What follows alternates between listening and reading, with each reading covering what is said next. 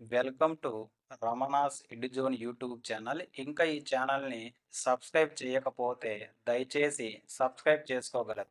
So ఈరోజు మనకు current అఫైర్స్లో భాగంగా జూలై 19 అనగానే మనకు గుర్తు రావాల్సినటువంటి ముఖ్యమైనటువంటి అంశము బ్యాంకుల జాతీయకరణ. సో ఈ బ్యాంకుల జాతీయకరణను అప్పటి ప్రధాని అయినటువంటి శ్రీమతి ఇందిరాగాంధీ గారు 1967లో విధించినటువంటి హజారా కమిటీ సిఫారసు మేరకు 1969లో జులై 19న దాదాపుగా 14 బ్యాంకులను జాతీయకరణం చేయడం జరిగింది. అయితే ఇలా జాతీయకరణం చేసినటువంటి బ్యాంకులను ఏమంటారంటే ప్రభుత్వ బ్యాంకులు అంటారని గుర్తుపెట్టుకోవాలి. అదేవిధంగా రెండవసారి 1980 ఏప్రిల్ 15వ తారీఖున దాదాపుగా 6 బ్యాంకులను జాతీయకరణం చేయడం జరిగింది. అయితే ఇక్కడ మనం బాగా గుర్తుపెట్టుకోవాల్సిన విషయం ఏంటంటే 1969లో ఏ బ్యాంకులైతే దాని యొక్క వాటా 50 కోట్ల కన్నా ఎక్కువగా ఉంటాయో అటువంటి బ్యాంకులను జాతీయకరణం చేయగా 1980లో ఏ బ్యాంకుల యొక్క వాటా అయితే 200 కోట్ల పైన ఉంటాయో అటువంటి బ్యాంకులను జాతీయకరణం చేయడం జరిగింది. అక్కడ